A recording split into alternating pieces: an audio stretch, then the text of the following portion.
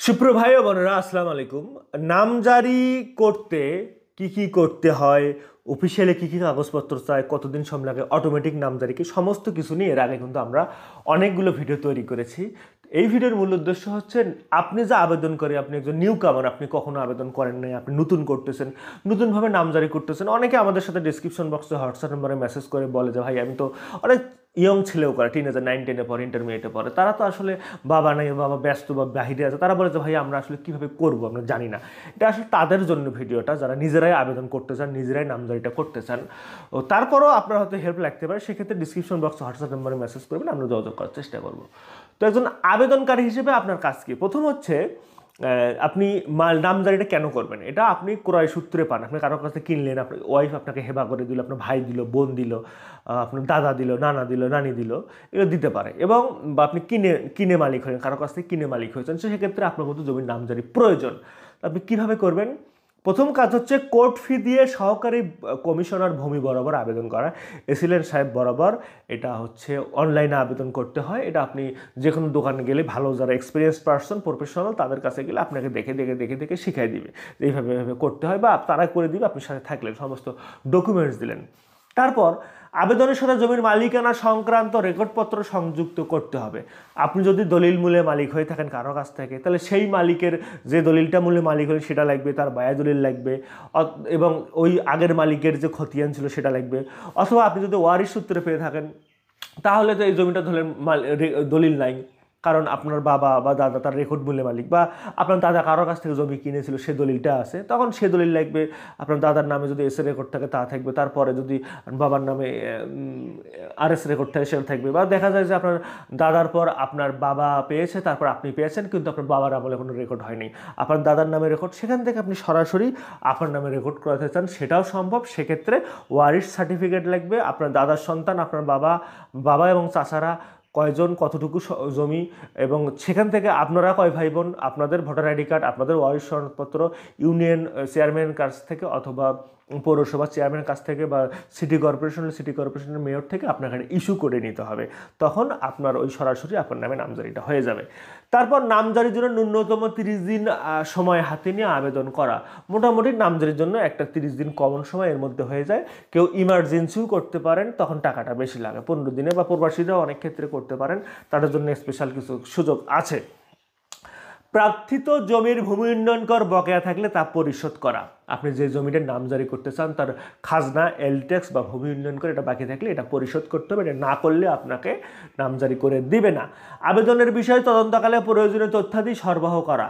আপনি যখন এসিলেন্ট অফিসে আবেদন করবেন, সেখান থেকে আপনার ইউনিয়ন ভূমি অফিসে, বা আপনি শহর হলে সেখানে, যেখানেই করেন না কেন, আপনার ওখানে কিন্তু ওই এসিলেন্ট অফিস সরাসরি নামজারি করে না, তারা স্থানীয় যে ভূমি অফিস আছে, ইউনিয়ন বা পৌর ভূমি অফিস, সেখানে একটা প্রস্তাব পাঠায়, প্রস্তাব গ্রহণের জন্য নোটিশ দেবে।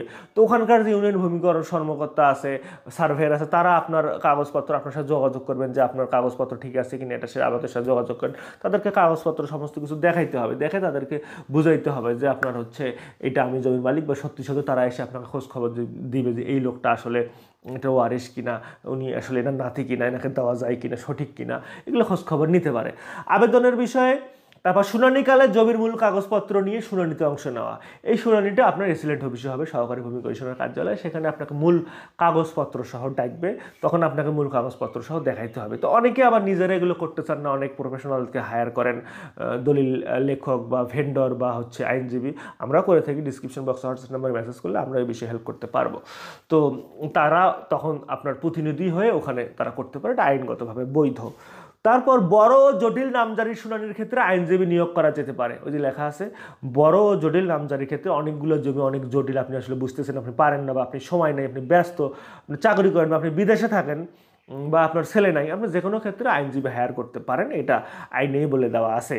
শুনানিকালে সংশ্লিষ্ট জমির পূর্ব মালিক, দাতা ও বিক্রেতাকে সম্ভব হলে হাজির রাখা, কারণ দ্বিতীয় পক্ষের অনুপস্থিতির জন্য অনেক ক্ষেত্রে পুনরায় শুনানির তারিখ পড়ে। যদি দেখা যায় শুনানিকালে আপনার মালিক যার কাছ থেকে জমিটা কিনেছেন বা পেয়েছেন তাকে উপস্থিত রাখা সম্ভব হয় রাখবেন, এটা ভালো। যদি একই উদ্যমেই না করা যায় সেক্ষেত্রে না করবেন, কিন্তু যদি তাকে রাখা যায় সেক্ষেত্রে ভালো এই কারণে যে আপনার হচ্ছে এসিলেন্ট সাহেবের একটা সুবিধা হয় যে আপনাকে উনি জমি কতক্ষণই বিক্রি করছে না করছে। আর যদি দেখা যায় উনি ছাড়াই করতে হতো তখন জিনিসটা তার বুঝতে বা আপনাকে বিশ্বাস করতে বা নামজারিটা দিতে এটা অসুবিধা হয়। নামজারিটা দিয়ে গেলে পরে কিন্তু কাটাকাটি অনেক যন্ত্রণা, এটাকে মিসকেস করে এটা করা সেটা করা হাবিজাবি অনেক যন্ত্রণা। এজন্য প্রথমবারই এসিলেন্ট সাহেব চাই যে শুদ্ধভাবে দিয়ে দেবো। তো শুদ্ধভাবে দিয়ে দিতে চাইলে যিনি দিয়েছেন যার কাছ থেকে পেয়েছেন, ক্রয় সূত্রে পান বা ওয়ারিশ সূত্রে পান বা গিফট সূত্রে পান, এওয়াজ বদলে পান বা সরকারের কাছ থেকে পান, যে কোনো। আর এই নামজারিটা শুধু ব্যক্তি মালিকের রায় করবে তা না, সরকারি প্রতিষ্ঠানকেও নামজারি করতে হয়, কোনো সমবায় সমিতিকেও নামজারি করতে হয়, house company, house building company, developer কোম্পানিকেও নামজারি করতে হয়, তারাও এই পদ্ধতিতে করে থাকবেন।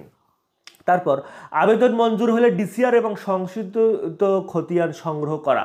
আবেদন মঞ্জুর হলে একদম যখন পাস হয়ে যাবে তখন বলবে ডুপ্লিকেট কার্বন রসিদ, এটা সংগ্রহ করতে হবে, আপনাকে সরকারি ফি পরিশোধ করতে হবে। রেজিস্টারে নিজ নাম খোলা এবং হোল্ডিং নাম্বার জেনে নেওয়া। রেজিস্টারে আপনার নামে ওখানে খতিয়ান খুলবে এবং হোল্ডিং নাম্বার দিবে। এই হোল্ডিং নাম্বার ছাড়া কিন্তু আপনি নিজ নামে খাজনা দিতে পারবেন না, হোল্ডিং নাম্বারটা আপনাকে জেনে নিতে হবে। তারপর জমির খতিয়ান ডিসিআর দাখিল ইত্যাদি লেমিনেটিং করে যত্ন সহকারে সংরক্ষণ করা। তারপর আপনাকে নামজারি খতিয়ান দিবে, সেইটা আপনার ডিসিআর এবং খাজনার দাখিলা যে আপ টু ডেট, এই তিনটা জিনিস মনে রাখবেন। নামজারি যে খতিয়ানটা নতুন দিল সেইটা, ডুপ্লিকেট কার্বন রিসিপ্ট সেইটা, এবং হচ্ছে আপনার দাখিলা খাজনা হালনাগাদের রসিদ, এটা আপনি দিয়ে সুন্দর মতো সংরক্ষণ করবেন। আপনার ছেলে বিদেশ যাওয়ার ক্ষেত্রে, জমি বিক্রির ক্ষেত্রে, লোন নেওয়ার ক্ষেত্রে, খামার করার ক্ষেত্রে, ইউনিয়ন ভূমি অফিসে বিভিন্ন কাজকর্মের ক্ষেত্রে সব জায়গায় আপনার এই কাগজপত্রগুলো লাগবে, সংরক্ষণ করবেন। আপনার পরবর্তী প্রজন্মের জন্য কাগজপত্র জমি জমা ঠিকঠাক করে রাখবেন। সামনে বিডিএস রেকর্ড নামজারি করে রাখলে খুব সুন্দরভাবে আপনার অংশটুকু প্রপারলি উঠে যাবে। নামজারি করে না রাখলে এ অংশ উঠবে তো ওটা উঠবে না, ওটা উঠবে না, ওটা উঠবে না, বিভিন্ন ভেজালে পড়বেন। ওই এমার্জেন্সি সময় গিয়ে আবার নামজারির জন্য দৌড়াদৌড়ি করা, আরও জটিলতায় পড়বেন। এই জন্য খুব দ্রুত নামজারিটা করে নিন। সবাই ভালো থাকবেন এবং জমি জমা বিষয়ে কোনো কনসালটেশন লাগলে ডিসক্রিপশন বক্সের হোয়াটসঅ্যাপ নাম্বারে মেসেজ করবেন। আসসালামু আলাইকুম।